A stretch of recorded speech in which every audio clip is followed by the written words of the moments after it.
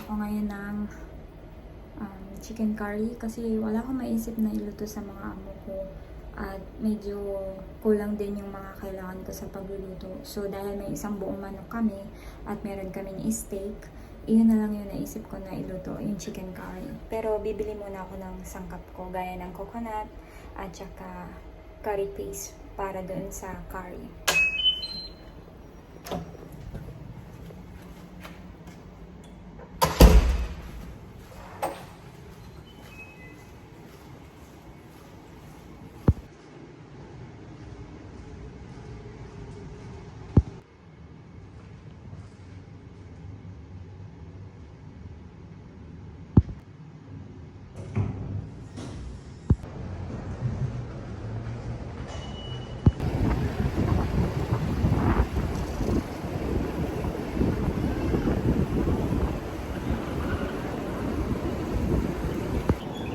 So, wala akong cash. Ang gagamitin kong pambili is yung octopus ko. Ang una ko kasing naisip na iluto is roast chicken. Pero, nung nakakaraan kasi, medyo nagre-reklamo yung amo kong lalaki kasi unhealthy daw ang roast chicken. Kaya, napapaisip ako kung anong iluluto kong dinner sa mga amo ko. Ilang araw din na walang dinner. So, kailangan ko na lang na mairaos yung hapunan nila.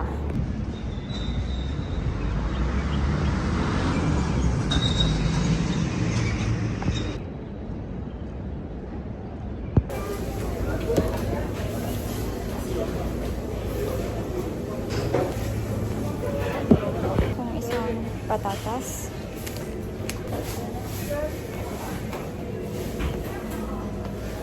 Tapos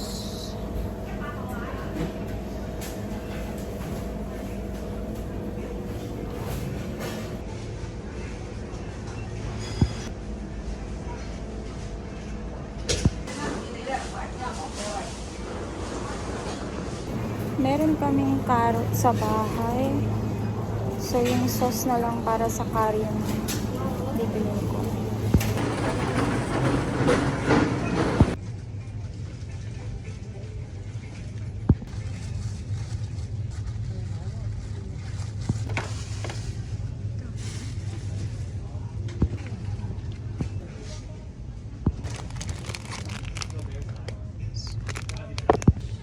Kung ang mga kailangan ko, uwi na ako para mag-start na ako magluto.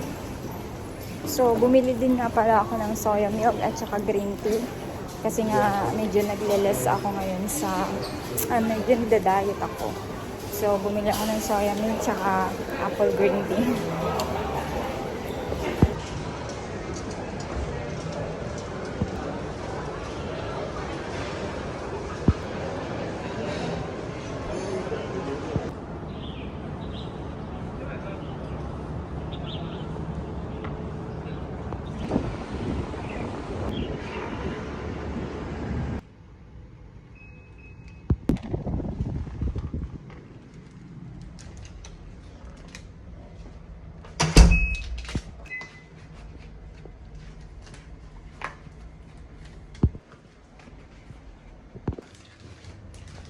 Kadadating ko lang.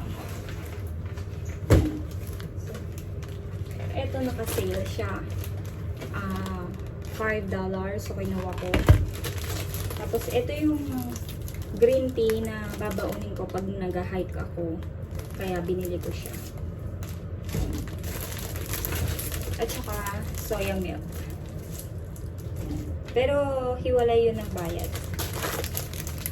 Tapos binili ko to kasi gusto ko to pag naglilinis ako. Itong ganitong basahan. Tapos itong isa $6. Doon tayo sa sale. Tapos isang coconut milk. Kasi meron pa akong curry paste. So ayun na lang yung gagamitin ko.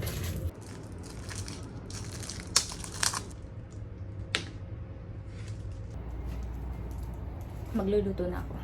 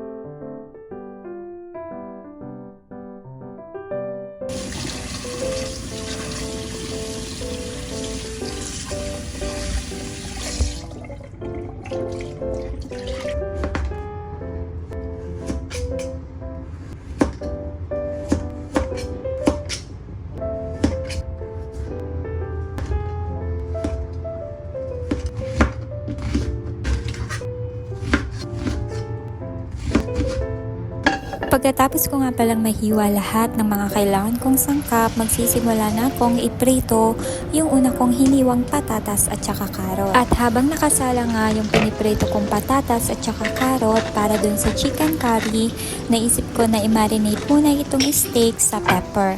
I-set aside ko at saka naman babalikan ko na itong una kong ginagawa. Itong ang iluluto kong chicken curry. Saglit ko lang ipiprito itong patatas at saka karot. Ise-set aside ko muna at saka naman ako magsisimula ng mag-gisa nitong manok. Pag nga po pala nagluluto ako ng chicken curry, ginagamitan ko ito ng kaunting butter para mas malasa yung igigisa kong manok para sa chicken curry.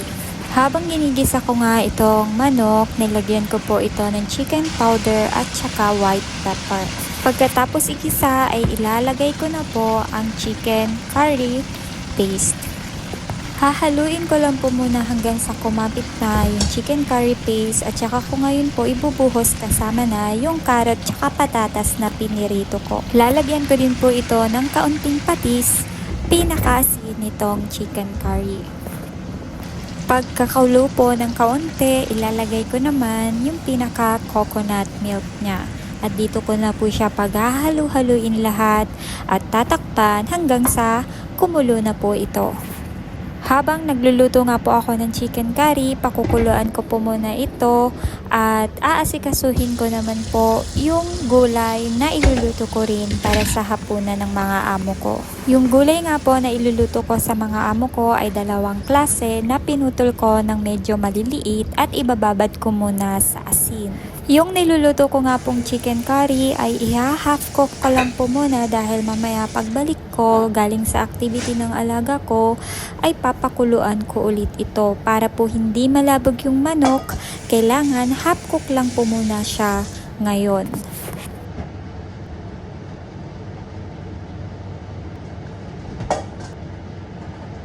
Kung nagluluto ako, naalala ko na nung isang linggo pala ay nagpa-dry clean ako ng coat ni sir. Nakalimutan kong kunin. Mag-iisang linggo na mahigit. So, may oras pa naman ako kukunin ko muna sa baba. Baba muna ako. Kunin ko yung coat ni sir.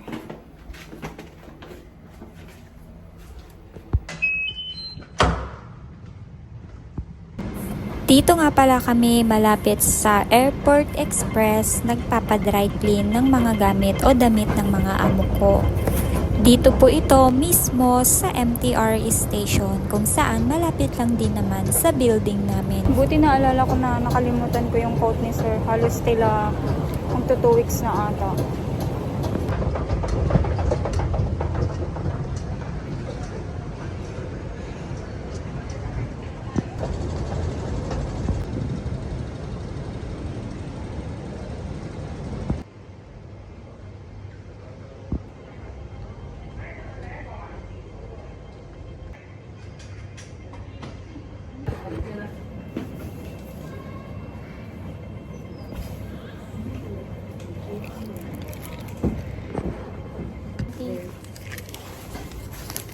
Coat na naalala ko yung coat ng amo kong lalaki.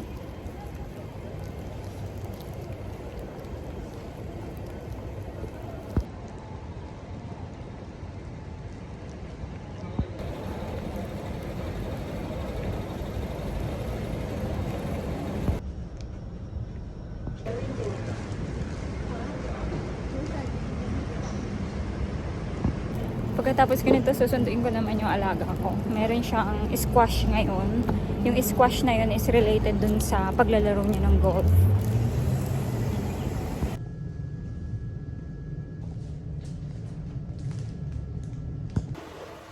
So, dahil nga lumabas ako kanina, pinakuluan ko uli yung curry.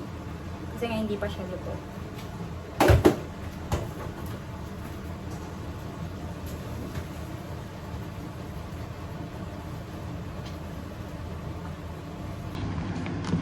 Yung magiging kanin ng mga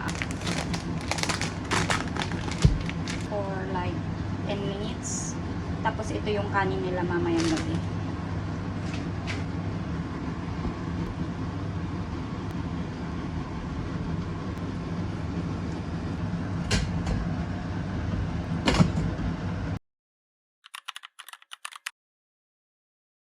Oras na po ng pagsundo sa alaga ko.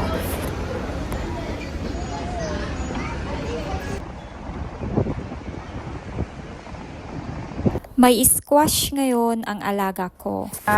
Wala na kaming snacks. Tinanong ko siya kung gusto niyang bumili. So, binigay ko sa kanya yung octopus niya para bumili ng siomai.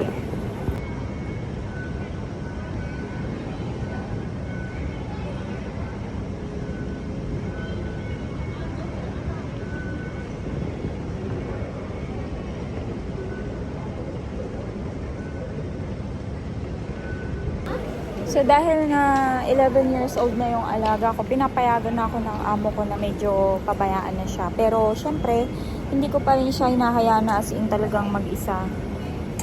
May mga pagkakataon lang na pagka alam ko na pwede naman, hinahayaan ko siya. Pero madalas pa rin na hindi. Pagkatapos ngang makabili ng siomai ang alaga ko, dumiretso na kami dito sa kanyang activity. Ito nga po yung tinatawag nilang squash. Para po siyang tennis. Pero yung ginagawa niya po is mas related po sa laro niyang golf.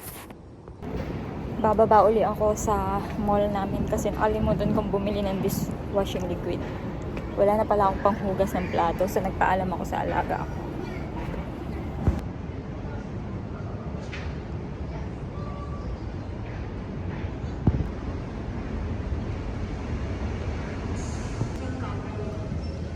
Try ko ditong tignan kung merong sabon.